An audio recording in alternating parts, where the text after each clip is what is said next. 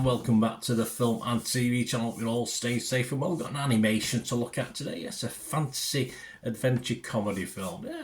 Yeah, definitely a family film, this one. I did enjoy it. So I say, I'm going to have to put my granddad head on or younger head on when we watch these things. We're going to look at something from DreamWorks. So we're going to look at something called Orion and the Dark. Please, if you're new to the channel, push that subscribe button, push the bell notifications, everything film and TV, of course, reviews like this, information, blogs, previews, lots of different things. Great to have you on board. Let me know what you thought of Orion and the Dark, or anything to do with film and TV, and I will respond or give you a little like. And if you could do likewise for this vlog, I'd be much appreciated. Making old, not too cold today. It's February, perhaps warmed up perhaps a degree or something like that. But you never know, it'll be 10 degrees colder tomorrow. So yeah, it'd be great to hear from you. And thanks for watching, guys. Right, yeah, this is distributed on Netflix, so you can watch it on Netflix here in the UK. Check your territory. Directed by Sean Charmatz in his feature directorial debut. Yes, it's I never really know the art of directing animation as to real life. I'd have to watch something on it, but I've never come across anything. Written by Charlie Kaufman, based on the children's book of the same name by Emma Yarlett. The voices, yes, we've got Jacob Tremblay, Paul Waterhauser, Angela Bassett, Colin Hanks, Natasha Demetrio, Golda Rushuvel, Nat Faxon, Aparna Nancheria, Mia Akemi Brown, Shannon Shankent, Shino Nakamichi, Ren Hanami, Matt Delapina, and Carla Gugino. There you go. So some names I know, some days not so much. It was released on February the 2nd on Netflix, and I'm doing this review, and all the scores and any comments was at the 5th of February 2024. Right, the plot. Well, unable to sleep, yes, as we are when we're kids sometimes. Did I? Yeah, I don't know. Odd times. I used to read a lot and then go to sleep. A father tucks his frightened daughter into bed and tells her a story of when he was young and afraid. Yeah, and it's flashes back then. There's flashbacks and flash forwards in this, and flash forwards. As a boy named Orion, yeah, seems a lot like your average elementary school kid. Is that junior school in the UK? Shy, unassuming, harbouring a secret crush, but underneath his seemingly normal exterior, Orion is a ball of adolescent anxiety, completely consumed by irrational fears of bees. Not me. Dogs? No. The ocean? Yeah, sort of. Cell phone waves? No, we didn't have cell phones in my day. Murderous gutter clowns? Well, they'll always get you.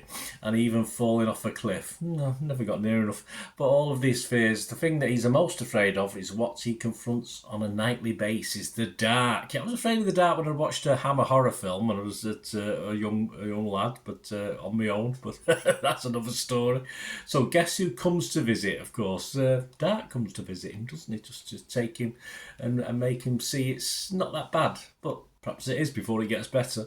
Rotten Tomatoes, 87% positivity, that's 47 critics, 7 out of 10, 41 fresh, just 6 rotten, which is okay. I can't really understand that too much, but is what it is. An uncommonly ambitious animated film, they say on Rotten Tomatoes. Orion and the Dark benefits from a Charlie Kaufman screenplay that isn't afraid to tangle with existential ideas. It's just entertainment for me. Metacritic scored it 72 out of 100. That's good. That's just based on 22 critics. Total Films Kate Stables give it 80 and said, "This is a clever, all-ages charmer." Yes, who am I to disagree? Empire's John Nugent also give it 80 out of 100. It might look at first glance like another goofy CG distraction fest, but this is a rare family-friendly film bursting with ideas and challenging concepts. It's Charlie Kaufman's introspective existential dread for kids. Yes, I've seen some criticism of the Charlie Kaufman touch on this one. You know, it's not all positive, but generally positive as far as Charlie Kaufman's concerned, as it has to be, of course. 16 positive, 5 mixed, and 1 negative on Metacritic. Rotten Tomatoes audience, yeah, well, perhaps not quite as enamoured as the critics. 69% positivity, it gets 3.7 out of 5, that's fair enough. Then you scoot over to Internet Movie Database, 2,000 scores and reviews have been left, 6.6 out of 10, so all bodes well. I Personally, this is my little thoughts. I thought it was a great film for kids with insecurities and yes, those who don't like the dark. I can honestly see a child watching this and rewatching it and feeling a bit happy about things, which is good. That has to be a positive. It's a sort of a Monsters Inc. Inside Out with the very smallest, and it's probably only me that noticed this, but towards the end, the smallest touch of poltergeist. Like going into not tellies, but going into something and hanging onto ropes and going into another world, and perhaps has been done in other films as well. But I just thought immediately of Poltergeist at the time. I just thought it was a thoroughly, ignore the poltergeist element, entertaining family film that would have appealed as a cinema watch as well as watching on the big screen at home, of course, or if you like me, watch on a 14-inch screen at home, which is what I did. So very entertaining. As I said, I certainly wouldn't have been felt shortchanged having gone to the cinema and paid to watch this. Just over 80 minutes, so that's fantastic. I have complained a bit over the last years I've been doing this about the length of family films and animated films, and they're far too long. This is spot on. It does officially run for about 90 minutes, but of course take out all the credits, it's just over 80 minutes, which is fantastic.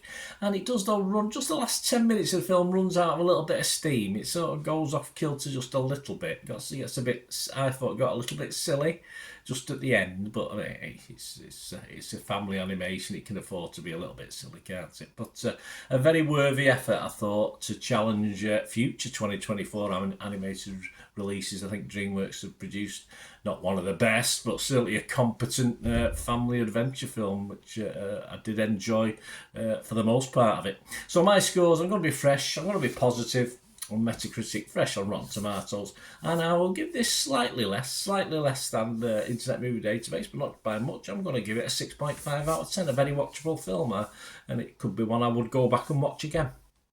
So let me know what you thought, guys. It'd be great to hear from you. Till we meet again, that's one thing, don't I? Please stay safe, everyone. Bye for now.